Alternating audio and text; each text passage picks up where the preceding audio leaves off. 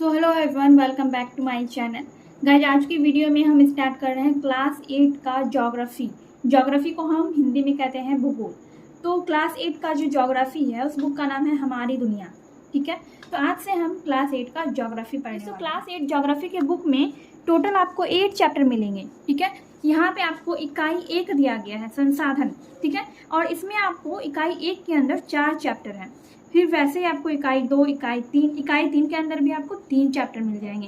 तो इस तरह से ये सारे चैप्टर्स दिए गए हैं। आज की वीडियो में हम इकाई 1 का पढ़ने वाले हैं, संसाधन चैप्टर। तो इस चैप्टर को हम आज पढ़ेंगे एंड समझेंगे।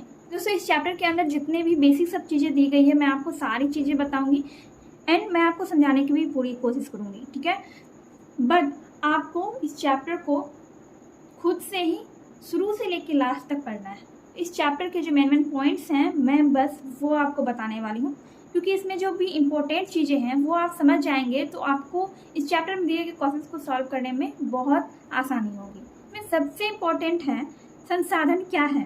संसाधन को हमें समझना है कि संसाधन क्या है, ये क्या चीज़ है, संसाधन किसे कहते हैं। तो यहाँ पर आपके बुक में ही दिया गया है, आपके इसी चैप्टर में दिया गया है कि मानव की आवश्यकताओं को पूरा करने वाले सभी जीव जंतु, वस्तुएं एवं पदार्थ संसाधन कहे जाते हैं। साफ साफ भाषा में आपको यहाँ पर लिखा गया है कि मानव की आवश्यकताओं को, यानी कि मनुष्यों की जरूरतों को पूरा करने वाले सभी जीव जंतु, जितने भी जीव जंतु हैं, वस्तुएं, जितने भी वस्तुएं हैं, चाहे वो सजीव वस्तुएं हों या फिर निर्जीव वस्तुएं हों, एवं पदार्थ संसाधन कहे जाते हैं। ठीक है, तो एक तरह से आप क्या कह सकते हैं, एक तरह से आप कह सकते हैं कि ये वस्तुएं हैं, चाहे वो सजीव हो, निर्जीव हो, जितनी भी वस्तुएं हैं, सभी वस्तुएं क्या है, संसाधन है। सभी जीव जंतु, पदार्थ और सभी सजीव और निर्जीव वस्तुएं संसाधन है। यहाँ तक कि मानव खुद भी एक संसाधन है। इसको आप लोग आगे पढ़ेंगे और समझेंगे। और यहाँ पर देखिए, नोट में दिया गया है कि मानवीय आवश्यकताओं को पूरा करने वाले सभी जीव, वस्तुएं एवं पदार्थ संसाधन है। ठीक है, वो सभी वस्तुएं, वो सभी जीव जंतु जो कि मानव की आवश्यकताओं को पूरा करते हैं, वो सभी क्या कहलाते हैं, संसाधन कहलाते हैं। दोस्तों, जैसे कि आप एग्जांपल ले लीजिए कि अभी आप मोबाइल से वीडियो देख रहे हैं, तो मोबाइल क्या है, वो एक संसाधन है। ठीक है, क्योंकि मोबाइल आपकी आवश्यकताओं को पूरा कर रहा है, वीडियो देखने में आपकी हेल्प कर रहा है। अगर मोबाइल नहीं होगा तो आप वीडियो नहीं देख पाएंगे। आप वीडियो कंप्यूटर या फिर मोबाइल या टैब वगैरह में देख रहे हैं, तो आप जिस भी चीज़ में वीडियो देख रहे हैं वो चीज़ आपके लिए क्या है, संसाधन है। और वो सभी चीज़ें संसाधन है जो आपकी आवश्यकताओं को पूरा करती है। अब यहाँ पर देखिए, सभी प्राकृतिक वस्तुएं, मानव निर्मित वस्तुएं तथा स्वयं मानव भी संसाधन है। यानी कि दुनिया में जितने भी भगवान के द्वारा बनाई गई वस्तुएं हैं, जितनी भी प्राकृतिक वस्तुएं हैं और मानव निर्मित वस्तुएं हैं, यानी कि मनुष्यों के द्वारा बनाई गई वस्तुएं हैं, और मानव खुद भी एक संसाधन है। इसका मतलब ये हुआ कि प्राकृतिक वस्तुएं और कृत्रिम वस्तुएं, कृत्रिम का मतलब होता है मानव द्वारा बनाई गई वस्तुएं, यानी कि मानव निर्मित वस्तुएं और मानव, ये सब क्या है, संसाधन है। अब यहाँ पर एग्जाम्पल से आपको समझाया गया, बहुत अच्छी तरीके से आपको यहाँ पर बताया गया है। जैसे कि मान लीजिए कि कोई जो है भवन का निर्माण कर रहा है, ठीक है, किसी मकान का निर्माण कर रहा है, तो उसको बनाने के लिए, यानी कि भवन को बनाने के लिए कौन कौन सी चीज़ों की आवश्यकता होती है। तो उसमें सबसे पहले तो आपको चाहिए जमीन, यानी भूमि, बालू, सीमेंट, ईंट, लकड़ी, खिड़की, दरवाजे, मजदूर इत्यादि, बहुत सारी चीज़ों की जरूरत पड़ती है। तो भवन बनाने के लिए, यानी कि आपको घर बनाने के लिए या फिर मकान बनाने के लिए जो भी चीज़ों की जरूरत पड़ती है, जिन भी चीज़ों की जरूरत पड़ती है, वो सभी चीज़ें क्या है, संसाधन है। चाहे वो चीज़ें सजीव हो, निर्जीव हो, मानव निर्मित हो, किसी भी तरह की चीज़ें हो, वो सब क्या है, वो सब चीज़ें संसाधन कहलाती है। यहाँ तक कि मजदूर भी संसाधन है। ठीक है, क्योंकि आप अपना घर बनवाने के लिए, अपना भवन बनवाने के लिए आप मजदूरों की सहायता ले रहे हैं। ठीक है, तो मजदूर क्या है, आपके लिए संसाधन है। भूमि क्या है, भूमि यानी जिस जमीन पर आप घर बना रहे हैं वो क्या है, वो भी संसाधन है। बालू, सीमेंट, ईंट, इनके बिना तो घर बन ही नहीं सकता है, तो ये सब क्या है, ये सभी संसाधन है। लकड़ी, लकड़ी भी संसाधन है। तो ये लकड़ी जो है, ये कौन सा संसाधन है, ये प्राकृतिक संसाधन में आ जाएगा। खिड़की, दरवाजे, खिड़की दरवाजे मानव द्वारा बनाया जाता है। ये लकड़ी से ही बनाया जाता है, लेकिन मानव द्वारा बनाया जाता है। तो यहाँ पर हमने ये देखा, हमने ये सीखा कि संसाधन क्या होता है, संसाधन किसे कहते हैं। आई होप आपको संसाधन के डेफिनेशन में अब कहीं पर भी कोई डाउट नहीं होगा। एंड हम आगे पढ़ने वाले हैं कि संसाधन कितने प्रकार के होते हैं। उससे पहले हम पढ़ेंगे संसाधन की उपयोगिता। अब इसमें क्या है कि इसके इम्पोर्टेंट लाइन को मैंने अंडरलाइन कर दिया है। संसाधन की उपयोगिता यानी कि संसाधन का यूज किस तरह से किया जाता है। तो देखिए, संसाधन मानव जीवन के लिए अनिवार्य है, ठीक है। इसके विविध उपयोग हैं, इसलिए उपयोग के अनुसार इसकी मांग व मूल्य में भी अंतर आ जाता है। जैसे जंगल से काटकर लाई गई लकड़ियों के रूप में परिवर्तन लाकर विभिन्न उपयोगी वस्तुएं जैसे खटिया, पलंग, कुर्सी, मेज, खिड़की, दरवाजे इत्यादि बनाई जाती है। इससे लकड़ी के उपयोग एवं मूल्य दोनों में परिवर्तन आ जाता है। इस प्रकार सभी संसाधन उपयोगी व मूल्यवान होते हैं, ठीक है। यानी कि सभी उपलब्ध वस्तुएं क्या है, संसाधन है। इसका मतलब तो यह हुआ कि कोई भी वस्तु संसाधन तभी बनता है जब उसका कोई उपयोग अथवा मूल्य होता है, ठीक है। तो पहले यहाँ पर आप समझिए, संसाधन जो होता है वो मानव के लिए, सभी मानवों के लिए अनिवार्य होता है। संसाधन के बिना मनुष्य जीवन जी ही नहीं सकता है, ठीक है। क्योंकि संसाधन कई प्रकार के होते हैं। प्राकृतिक संसाधन होते हैं, मानव निर्मित संसाधन होते हैं, मानव संसाधन होते हैं। तो इन प्रकारों के बारे में हम आगे पढ़ेंगे, ठीक है। तो यहाँ पर यह कह रहा है कि संसाधन का बहुत सा उपयोग है और इसके उपयोग के अनुसार इसके मांग और मूल्य में अंतर आ जाता है, ठीक है। अब जैसे कि कोई भी लकड़ी है, ठीक है, कोई भी लकड़ी, जंगल की कोई भी लकड़ी है, तो जब तक उसका कोई सामान नहीं बना है तब तक उसका मूल्य कुछ और है, लेकिन जब उसका सामान बन जाएगा, कोई भी सामान फर्नीचर वाला, तो उसका मूल्य कुछ और हो जाएगा, ठीक है, उसका उपयोग कुछ और हो जाएगा, ठीक है। तो यही चीज यहाँ पर कह रहे हैं कि इसके विविध उपयोग हैं, इसलिए उपयोग के अनुसार इसकी मांग व मूल्य में भी अंतर आ जाता है। तो वही आपको यहाँ पर उदाहरण देके इसको समझाया गया है। उसे काट कर लाई गई लकड़ियों के रूप में परिवर्तन लाकर विभिन्न उपयोगी वस्तुएं जैसे खटिया, पलंग, कुर्सी, मेज, खिड़की, दरवाजे इत्यादि बनाई जाती हैं, ठीक है। तो लकड़ी से जब ये सारा सामान बनाया जाता है फर्नीचर का, तो क्या होता है, उसके उपयोग और मूल्य दोनों में परिवर्तन आ जाता है। इस प्रकार हम क्या कर सकते हैं, जितने भी संसाधन होते हैं, संसाधन उपयोगी होते हैं और मूल्यवान होते हैं, ठीक है। इस तरह हम ये भी कह सकते हैं कि सभी वस्तु संसाधन तभी बनता है जब उसका कोई उपयोग अथवा मूल्य होता है। आज कह सकते हैं कि किसी भी वस्तु को हम संसाधन तभी कर सकते हैं जब उसका या तो उपयोग हो या मूल्य हो या दोनों हो। अब जैसे कि अभी हम ये बुक पढ़ रहे हैं, तो बुक हमारे लिए क्या है, बुक संसाधन है। अब आगे है यहाँ पर संसाधन के प्रकार। संसाधन के प्रकार को मैंने कॉपी में लिखा हुआ है। मैंने यहाँ पर संसाधन के प्रकार को लिखा हुआ है, मैंने इसलिए लिखा ताकि मैं आपको यहाँ पर पॉइंट वाइज बताते जाऊँ, जो भी पॉइंट पढ़ेंगे उसमें हम टिक करते जाएंगे, ठीक है। जैसे कि हम पहले पढ़ेंगे प्राकृतिक संसाधन, तो इसमें टिक कर लेंगे, फिर मानव संसाधन पढ़ेंगे, मानव निर्मित संसाधन पढ़ेंगे। तो फिलहाल आप यहाँ पर ये देखिए कि संसाधन के 3 प्रकार होते हैं, याद रखना है आपको। संसाधन के 3 प्रकार होते हैं, प्राकृतिक संसाधन, मानव संसाधन और मानव निर्मित संसाधन, ठीक है, क्लियर है। अब यहाँ पर देखिए, प्राकृतिक संसाधन का ये सारा पॉइंट यहाँ पर दिया गया। प्राकृतिक संसाधनों को विभाजित कर दिया गया है 5 भागों में, ठीक है। कौन कौन से आधार पर, देखिए, प्राकृतिक संसाधन का तो विकास एवं उपयोग की दृष्टि से प्राकृतिक संसाधन को विभाजित किया गया है वास्तविक संसाधन और संभाव्य संसाधन में। देखिए, प्राकृतिक संसाधन को 5 भाग में विभाजित किया गया है। तो पहला है विकास एवं उपयोग की दृष्टि से, दूसरा है उत्पत्ति के आधार पर, तीसरा है उपलब्धता के आधार पर, चौथा है वितरण के आधार पर और 5वां है स्वामित्व के आधार पर, ठीक है। तो सबसे पहले हम प्राकृतिक संसाधन के बारे में पढ़ेंगे, देन हम मानव संसाधन और मानव निर्मित संसाधन के बारे में पढ़ेंगे। तो हमारा पहला पॉइंट है प्राकृतिक संसाधन। तो इसमें मैंने मेन लाइन को अंडरलाइन किया है। प्राकृतिक संसाधन क्या होता है, प्रकृति में पाए जाने वाले सभी जीव जंतु, वस्तुएं एवं पदार्थ प्राकृतिक संसाधन है। इस दृष्टि से भूमि, मिट्टी, जल, छोटे बड़े जीव, वन, पवन यानी हवा, सूर्य का प्रकाश, समुद्री जल इत्यादि सभी प्राकृतिक संसाधन है। प्राकृतिक संसाधन में बस आपको इतना ही याद रखना है कि प्रकृति में पाए जाने वाले सभी जीव जंतु, वस्तुएं एवं पदार्थ प्राकृतिक संसाधन है, ठीक है। प्रकृति में जितने भी वस्तुएं, जितने भी जीव जंतु और जितने भी पदार्थ पाए जाते हैं, सभी क्या है, प्राकृतिक संसाधन है। अब हम पढ़ेंगे मानव संसाधन के बारे में। मानव संसाधन में है कि मानव एक ऐसा संसाधन है जो संसाधनों का निर्माण एवं उपयोग दोनों करता है, ठीक है। मानव क्या है, मानव खुद भी संसाधन है और मानव संसाधनों का उपयोग स्वयं भी करता है। तो मानव में संसाधनों के निर्माण एवं उपयोग की यह क्षमता उसके दिमागी और शारीरिक क्षमता तथा कौशल से विकसित होती है। तो मानव संसाधन में बस हमें ये समझना है कि मानव एक ऐसा संसाधन है जो कि संसाधनों का निर्माण वह स्वयं करता है और उपयोग भी करता है। ठीक है, मानव संसाधनों का निर्माण भी करता है और संसाधनों का उपयोग भी करता है। तीसरा है मानव निर्मित संसाधन। मानव अपने श्रम से कई प्रकार की वस्तुओं का निर्माण प्राकृतिक वस्तुओं के स्वरूप एवं गुण में परिवर्तन लाकर करता है। ठीक है, मानव निर्मित में भी आपको बस इतना ही समझना है कि मानव के द्वारा बनाई गई वस्तुएं होती है वो सब क्या कहलाती है, मानव निर्मित संसाधन। पंचायत भवन, विद्यालय भवन, हवाई अड्डा, रेल, सड़क इत्यादि मानव निर्मित संसाधन के रूप में आते हैं। ठीक है, तो यहाँ पर आपको जितने भी उदाहरण दिए गए हैं मानव निर्मित संसाधन में, ये सब क्या है, ये सब मानवों के द्वारा यानी कि मनुष्यों के द्वारा बनाए जाते हैं। अब जैसे कि यहाँ पर है चित्र दिया गया, भवन, सड़कें, सड़क, पुल, इन सब चीज़ों को किसने बनाया है, मानवों ने बनाया है, मनुष्यों ने बनाया है। तो जो भी चीज़ें मनुष्यों के द्वारा बनाई जाती है उसी को मानव निर्मित संसाधन कहते हैं। बस आपको इसमें इतना ही याद रखना है। अब हम पढ़ेंगे प्राकृतिक संसाधनों का वर्गीकरण। जैसा कि मैंने आपको बताया था कि प्राकृतिक संसाधनों को 5 भागों में बांटा गया है। तो पहला है विकास एवं उपयोग, उत्पत्ति, उपलब्धता, वितरण और स्वामित्व।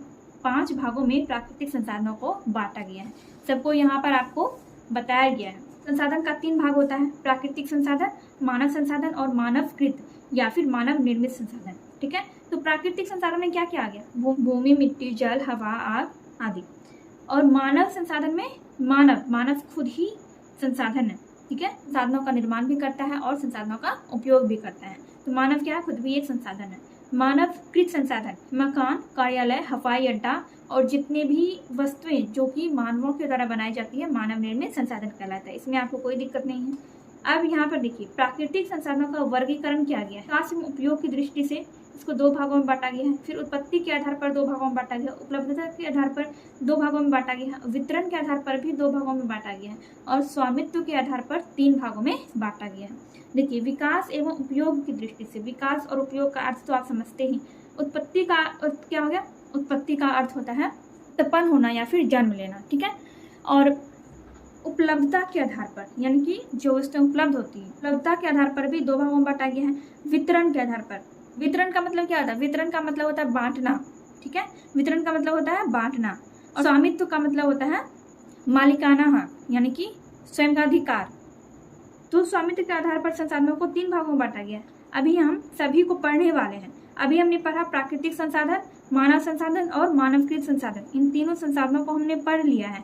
अब हम प्राकृतिक संसाधनों के वर्गीकरण के बारे में पढ़ेंगे। ठीक है, प्राकृतिक संसाधनों के इन 5 भागों के बारे में हम लोग अभी पढ़ने वाले हैं। तो हम यहाँ से स्टार्ट करेंगे। पहले हम पढ़ेंगे विकास एवं उपयोग, फिर हम पढ़ेंगे उत्पत्ति के आधार पर, फिर उपलब्धता के आधार पर, वितरण के आधार पर, तब जाके स्वामित्व के आधार पर। ठीक है, सबको ही अभी हम पढ़ने वाले हैं। तो पहला है विकास एवं उपयोग। ठीक है, विकास एवं उपयोग की दृष्टि से संसाधनों को 2 भागों में बांटा गया है, वास्तविक संसाधन और संभाव्य संसाधन। वास्तविक संसाधन क्या होता है, वास्तविक संसाधन उन संसाधनों को कहा जाता है जिनकी कुल मात्रा ज्ञात होती है तथा इन संसाधनों का उपलब्ध तकनीक की सहायता से वर्तमान समय में उपयोग किया जा रहा होता है। ठीक है, वैसे संसाधनों को वास्तविक संसाधन कहा जाता है जिसकी हमें कुल मात्रा ज्ञात होती है और जिसका उपयोग हम वर्तमान समय में कर रहे होते हैं। अब जैसे यहाँ पर इसका उदाहरण भी दिया गया है, जैसे कि पश्चिम एशिया का पेट्रोलियम, ऑस्ट्रेलिया का सोना, झारखंड का अब्रक, मध्य प्रदेश का मैग्नीज एवं राजस्थान का तांबा इत्यादि इसके अच्छे उदाहरण हैं। ठीक है, तो ये सब एक ऐसा चीज़ है जिसके बारे में हमें मालूम है, जिसकी कुल मात्रा हमें मालूम है और जिसका उपयोग हम आज के टाइम में, अभी के टाइम में हम कर रहे हैं, वर्तमान में हम इसका उपयोग कर रहे हैं। ठीक है, हम का मतलब है हम सभी मनुष्य। तो ऐसा संसाधन जिनकी कुल मात्रा हमें ज्ञात होती है और जिसका उपयोग हम वर्तमान समय में करते हैं या जिसका उपयोग वर्तमान समय में किया जा रहा होता है, तो वैसे संसाधन को हम वास्तविक संसाधन कहते हैं। अब है संभाव्य संसाधन। संभाव्य संसाधन क्या होता है, संभाव्य संसाधन उन संसाधनों को कहा जाता है जिनकी कुल मात्रा ज्ञात नहीं होती है तथा वर्तमान समय में इनका उपयोग भी नहीं किया जा रहा होता है। इन संसाधनों का उपयोग भविष्य में करने की संभावना होती है। इसको आप बहुत ही अच्छे से यहाँ पर समझ जाएंगे। देखिए, वर्षों पहले सूर्य की गर्मी, समुद्री लहरें, पवन तथा भूमि के अंदर व्याप्त ताप संभाव्य संसाधनों के उदाहरण थे। ठीक है, क्या कह रहा है कि वर्षों पहले सूर्य की गर्मी, समुद्री लहरें, पवन यानी कि हवा और भूमि के अंदर पाए जाने वाला ताप, ठीक है, संभावित संसाधनों के उदाहरण थे। ये सब क्या थे पहले? सूर्य की गर्मी, समुद्री लहरें, पवन और भूमि के अंदर व्याप्त ताप, ये सब क्या था पहले? संभावित संसाधन था। लेकिन आज क्या है? आज ये सभी वास्तविक संसाधन है। ठीक है, तो पहले हमें इन सब चीजों के बारे में पता नहीं था, लेकिन आज ये सब क्या है? आज ये सब हमारे लिए वास्तविक संसाधन है। इन सभी चीजों का हम उपयोग करते हैं। यहाँ पर भी आपको उदाहरण दिया गया है। केरल में मिलने वाला थोरियम तथा लद्दाख में पाए जाने वाले यूरेनियम संभावित संसाधनों के उदाहरण है। यानी कि ये सब ऐसा संसाधन है जिसका उपयोग जो है आने वाले टाइम में किया जा सकेगा। ठीक है, अभी इसका उपयोग नहीं हो रहा है, लेकिन आने वाले टाइम में, भविष्य में इसका उपयोग किया जाएगा। तो ये सब क्या है? संभावित संसाधन के उदाहरण है। आई होप आपको वास्तविक संसाधन और संभावित संसाधन समझ में आ गया होगा। तो हमने विकास एवं उपयोग की दृष्टि से इन दोनों संसाधनों को पढ़ लिया है, वास्तविक संसाधन और संभावित संसाधन।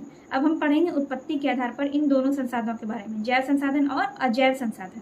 अब यहाँ पर देखिए, उत्पत्ति के आधार पर दो संसाधन, जैव संसाधन और अजैव संसाधन। जैव संसाधन क्या होता है? जैव संसाधन के अंतर्गत सभी सजीव शामिल हैं, जैसे कि पेड़ पौधे, वन, जीव जंतु इत्यादि, जबकि सभी निर्जीव वस्तुएं अजैव संसाधन हैं। उदाहरण के रूप में खनिज, चट्टान, मिट्टी, भूमि, खेत, तालाब, नदी, झील इत्यादि आते हैं। ठीक है, तो जैव संसाधन में क्या क्या आ गया? पेड़ पौधे, वन, जीव जंतु इत्यादि, ये सब क्या है? जैव संसाधन के उदाहरण है। और अजैव संसाधन में निर्जीव वस्तुएं आती है, जैसे कि खनिज, चट्टान, मिट्टी, भूमि, खेत, तालाब, नदी, झील इत्यादि, ये सब अजैव संसाधन के उदाहरण है। आई होप आपको जैव और अजैव संसाधन के बारे में जानकारी मिल गई होगी। अभी हमने पढ़ा उत्पत्ति के आधार पर जैव और अजैव संसाधन को। अब हम पढ़ेंगे उपलब्धता के आधार पर नवीकरणीय संसाधन और अनवीकरणीय संसाधन। तो उपलब्धता के आधार पर दो संसाधन है, नवीकरणीय संसाधन और अनवीकरणीय संसाधन। नवीकरणीय संसाधन वैसे प्राकृतिक संसाधनों को कहा जाता है जिनकी पुनः पूर्ति प्राकृतिक रूप से होती रहती है। ठीक है, यानी कि ये खत्म या समाप्त नहीं होता है। ठीक है, ये बहुत ही आसान भाषा में आपको यहाँ पर बताया गया है कि नवीकरणीय संसाधन वैसे प्राकृतिक संसाधनों को कहा जाता है जिनकी पुनः पूर्ति का मतलब हो गया कि फिर से पूर्ति प्राकृतिक रूप से होती रहती है और ये कभी खत्म नहीं होता है, जैसे कि सूर्य की किरण और पवन ऐसे ही नवीकरणीय संसाधन है। ठीक है, सूर्य की किरणों का उपयोग आप चाहे जितना कर लें, या फिर पवन यानी कि हवा का उपयोग आप चाहे जितना कर लें, जितनी मर्जी कर लें, लेकिन ये कभी खत्म नहीं होता है। ना सूर्य की किरण खत्म होगी और ना ही हवा खत्म होगा। ठीक है, क्योंकि इसका पुनः पूर्ति होते रहता है, ये अपने आप बनते रहता है, प्राकृतिक रूप से ये अपने आप बनते रहता है। ठीक है, आप कितना भी उपयोग कर ले, लेकिन ये कभी खत्म नहीं होगा। तो ये किसका उदाहरण है? ये नवीकरणीय संसाधन का उदाहरण है। अनवीकरणीय संसाधन क्या होते हैं? अनवीकरणीय संसाधन वैसे संसाधन हैं जिनके भंडार सीमित हैं तथा एक बार उपयोग में आने के बाद उनके पुनः पूर्ति में हजारों लाखों वर्ष लग जाते हैं। जैसे कि देखिए, लोहा, कोयला, पेट्रोलियम, अभ्रक इत्यादि अनवीकरणीय संसाधन के उदाहरण है। ठीक है, यहाँ पर आपको जितनी भी वस्तु बताई गई है, ये सब ऐसी चीजें हैं जिसका पुनः पूर्ति तुरंत नहीं होता है, इसके पुनः पूर्ति में लाखों हजारों वर्ष लग जाते हैं। ठीक है, तो ये सभी चीजें अनवीकरणीय संसाधन के उदाहरण हैं। यहाँ पर साफ साफ आपको बताया गया है कि नवीकरणीय संसाधन वैसा संसाधन है जिसकी पुनः पूर्ति प्राकृतिक रूप से होती रहती है और वो कभी समाप्त नहीं होता है। ठीक है, और अनवीकरणीय वैसा संसाधन है जिसका भंडार सीमित है और एक बार उपयोग में आने के बाद उनके पुनः पूर्ति में हजारों लाखों वर्ष लग जाते हैं, लेकिन सूर्य की किरणों और पवनों को फिर से बनने में यानी कि पुनः पूर्ति में हजारों लाखों वर्ष नहीं लगते हैं। तो इसलिए ये सब क्या है? ये सब नवीकरणीय संसाधन के उदाहरण है। और लोहा, कोयला, पेट्रोलियम, अभ्रक ये सब क्या है? ये अनवीकरणीय संसाधन के उदाहरण है, क्योंकि इन सब के पुनः पूर्ति में हजारों लाखों वर्ष लगते हैं। तो यहाँ पर आपने पढ़ा नवीकरणीय संसाधन और अनवीकरणीय संसाधन के बारे में। तो अभी हमने उपलब्धता के आधार पर इन दोनों संसाधनों के बारे में पढ़ लिया है। अब हम पढ़ेंगे वितरण के आधार पर सर्वत्र उपलब्ध संसाधन और स्थानिक संसाधन के बारे में। तो जैसा कि हमने पढ़ा था कि वितरण की दृष्टि से दो संसाधन है, सर्वत्र उपलब्ध एवं स्थानिक संसाधन। तो इसको भी आपको यहाँ पर समझाया गया है कि प्रकृति द्वारा कुछ ऐसे संसाधन प्रदान किए गए हैं जो सभी जगह पाए जाते हैं, जिनमें मिट्टी एवं पवन प्रमुख है। देखिए, मिट्टी और पवन यानी कि मिट्टी और हवा जो है वो हर जगह होता है। दुनिया के किसी भी कोने में आप चले जाइए, वहाँ हर जगह मिट्टी और हवा होता ही है और इन्हें सर्वत्र उपलब्ध या सर्वव्यापी संसाधन कहा जाता है। कुछ ऐसे भी संसाधन हैं जो निश्चित स्थानों पर ही पाए जाते हैं, इन्हें स्थानीय संसाधन कहा जाता है। इसके शब्द से भी समझ सकते हैं, सर्वत्र का मतलब होता है सब जगह, उपलब्ध का मतलब उपलब्ध यानी कि उपस्थित। तो ऐसा संसाधन जो हर जगह उपलब्ध हो, हर जगह दुनिया के किसी भी कोने में आप चले जाएं, वहाँ पे वो संसाधन हर जगह उपलब्ध होता है। ठीक है, तो वैसा संसाधन जो सब जगह उपलब्ध होता है उसको सर्वत्र उपलब्ध संसाधन कहते हैं। अब देखिए स्थानीय संसाधन क्या होता है। तो ऐसे भी संसाधन हैं जो निश्चित स्थानों पर ही पाए जाते हैं, इन्हें स्थानीय संसाधन कहा जाते हैं। सिंपल से आपको याद रखना है कि जो संसाधन सब जगह पाया जाता है, दुनिया के किसी भी कोने में पाया जाता है, तो वैसा संसाधन सर्वत्र उपलब्ध संसाधन कहा जाता है। और वैसा संसाधन जो किसी निश्चित स्थानों पर ही पाया जाता है, जो किसी विशेष स्थानों पर ही पाया जाता है, उसको क्या कहते हैं, उसको स्थानीय संसाधन कहते हैं। अब इसका एग्जाम्पल आप देख लीजिए। कोडरमा में पाया जाने वाला अब्रक, जादूगोड़ा में मिलने वाला यूरेनियम, छोटा नागपुर क्षेत्र में पाया जाने वाला कोयला। तो ये सब जो नाम है, कोडरमा, जादूगोड़ा, छोटा नागपुर, ये किसी विशेष क्षेत्र, किसी निश्चित स्थान का नाम है और वहाँ पर ये सारी चीज़ें पाई जाती है, अब्रक, यूरेनियम और कोयला।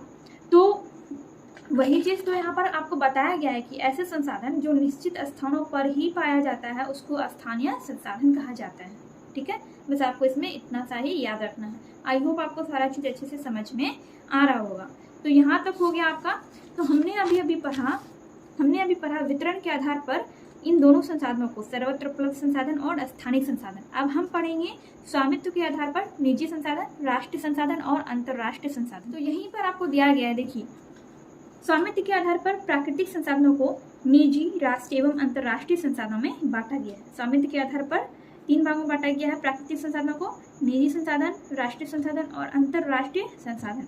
तो जब कोई प्राकृतिक संसाधन जैसे कि भूमि, तालाब आदि किसी व्यक्ति के स्वामित्व में है तो इसे निजी संपत्ति कहा जाता है, यानी कि इसको निजी संसाधन कहेंगे। और किसी राष्ट्र के अंदर पाए जाने वाले सभी प्रकार के संसाधन राष्ट्रीय संसाधन कहलाते हैं। ठीक है, बस आपको यहाँ पर ये समझना है कि वैसा चीज या वैसे संसाधन जिस पर किसी का निजी हक हो, जिस पर किसी का निजी अधिकार हो, तो वैसे संसाधन को क्या कहेंगे, निजी संसाधन कहेंगे, निजी संपत्ति या फिर निजी संसाधन। ठीक है, सिंपल से भाषा में आपको याद रखना है। मान लीजिए कि आपका कोई बाइक है या साइकिल है या फिर आपका कोई अपना घर है, कोई जमीन है, तो वो क्या है, वो सिर्फ और सिर्फ आपका ही है। उसका उपयोग आपके अलावा कोई दूसरा व्यक्ति, कोई बाहर का व्यक्ति उसका उपयोग नहीं कर सकता है।